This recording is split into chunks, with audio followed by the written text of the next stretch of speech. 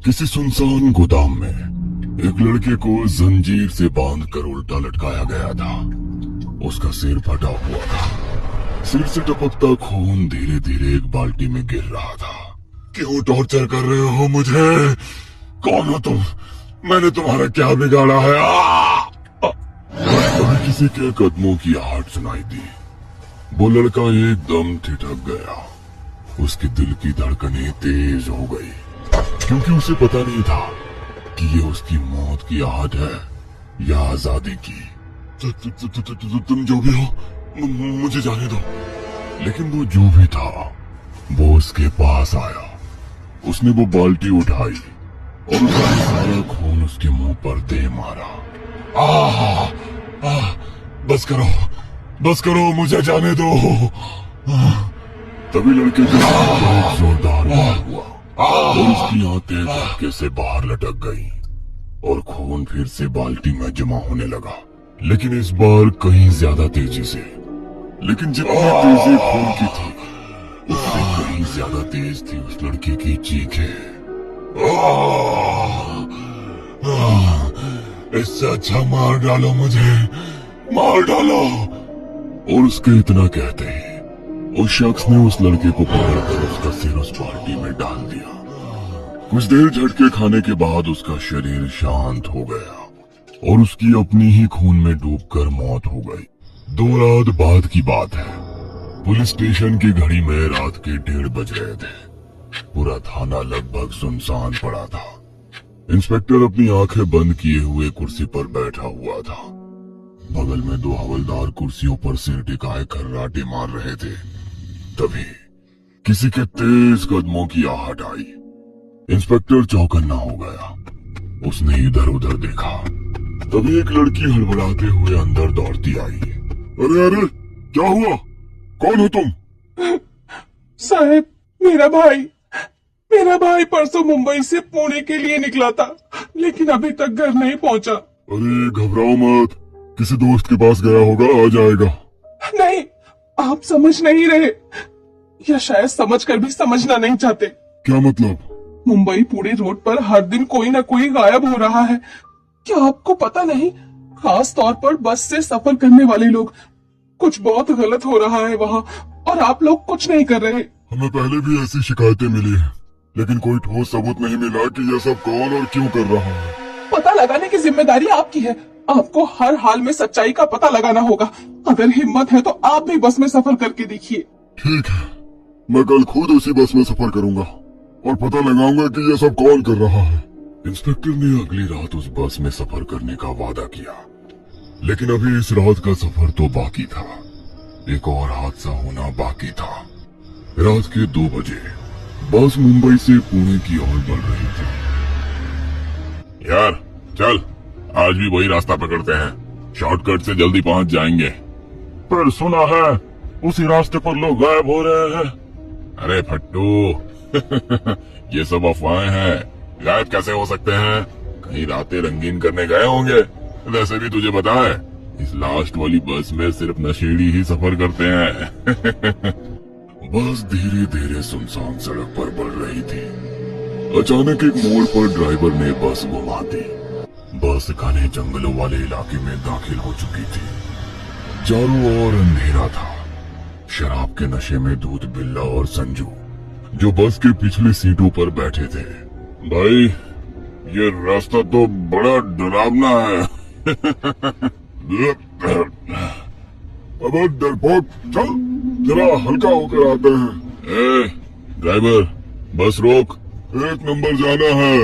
Driver ने गुस्से में बस रोक दी। बिल्ला और संजू लड़खड़ाते हुए नीचे उतरे और झाड़ियों के पास जाकर खड़े हो गए। तभी अचानक झाड़ियों में कौन है वहाँ?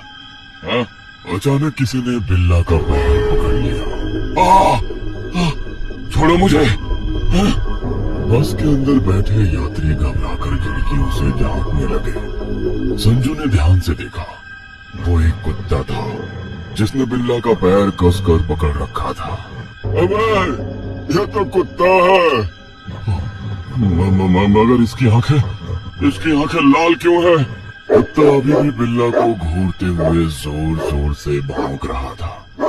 संजू ने किसी तरह उसे धक्का देकर भगाया और बिल्ला को बस में वापस खींचा, लेकिन बिल्ला का चेहरा सफेद पड़ चुका था। उसका पूरा शरीर कांप रहा था। बस दोबारा चलना शुरू हुई,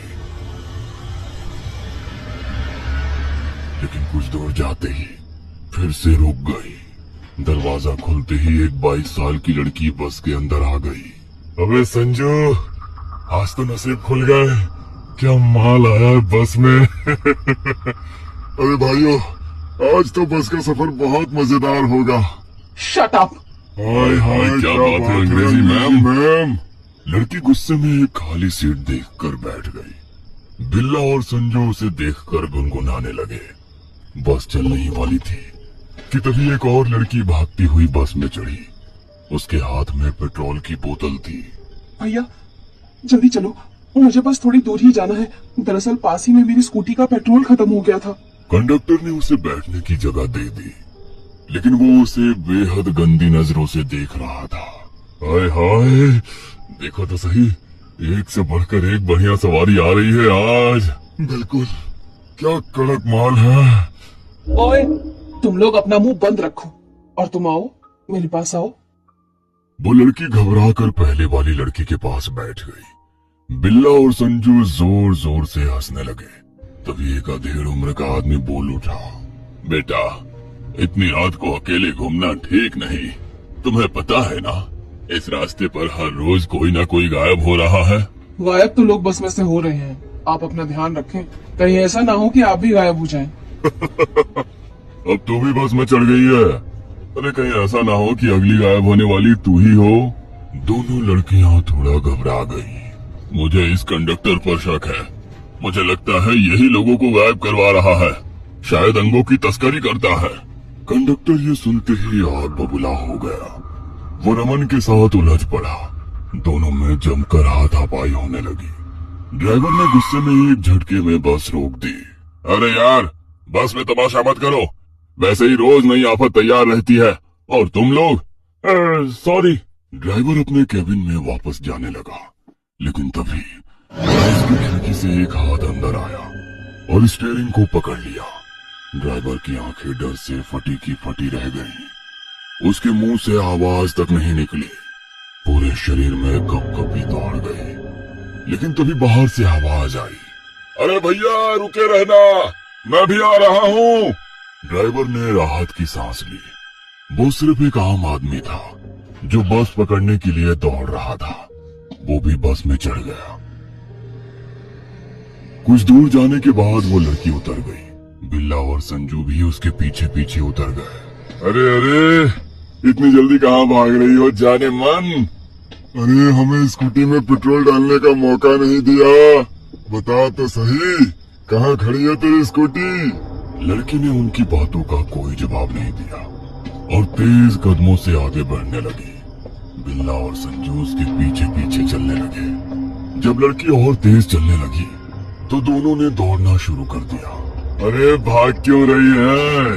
हम तुझे खा थोड़ी ना जाएंगे। तभी लड़की सीधा एक पुराने गोदाम के पास पहुंची।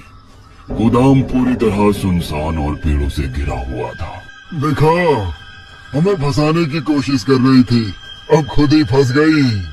लड़की भागती हुई गोदाम के अंदर घुस गई। बिल्ला और संजू भी उसके पीछे पीछे जाने लगे, लेकिन अंदर जाते ही लड़की अचानक रुक गई और अजीब तरीके से हंसने लगी। अबे क्या हुआ तुझे? इतनी हंसी क्यों आ रही है? ओहो, अबे हमें पहले ही समझ जाना चाहिए था कि ऐसी मॉडर्न लड़कियां अच्छे मौके नहीं छोड़ती। लड़की ने कोई जवाब नहीं दिया।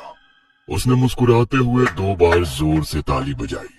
ताली की आवाज पूरे गोदाम में गूंज उठी और तभी लाइट जली और लाइट जलते ही वो दोनों की आंखें फटी की फटी रह गई। गोदाम में चारों तरफ लाशें लटकी हुई थी। को देखते ही उनके चेहरे का रंग उड़ गया। वे उल्टे पांव भागने लगे, लेकिन तभी गोदाम का दरवाजा बंद हो गया और उनके पैरों में जंजीर फंस गई और वे दोनों भी उल्टे लटक गए जैसे लाशें लटकी हुई थी। ये क्या? कौन हो तुम? हमें छोड़ दो प्लीज, हमें माफ कर दो। धीरे धीरे उनके करीब आई। मैं वो हूं जो उन सभी की चीखें सुन चुकी हूं, जो तुम जैसे जानवरों की शिकार बनी थी। मैं वो हूं जो अब न्याय करने आई हूं। हमें जाने दो, हम कभी किसी लड़की को नहीं छेड़ेंगे।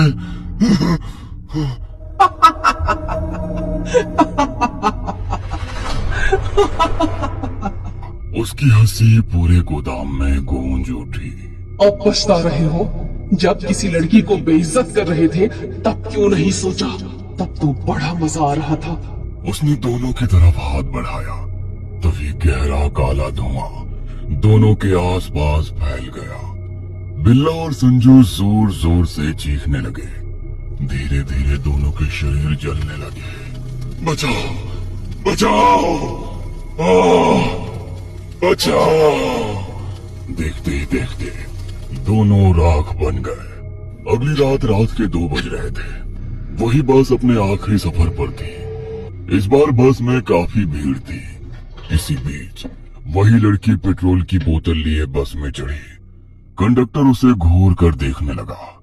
इससे पहले वो कुछ बोल पाता, लड़की ने उसकी तरफ कुछ इस तरह से देखा कि अचानक कंडक्टर की आंखें बदल गई और वो चुपचाप अपनी सीट पर बैठ गया।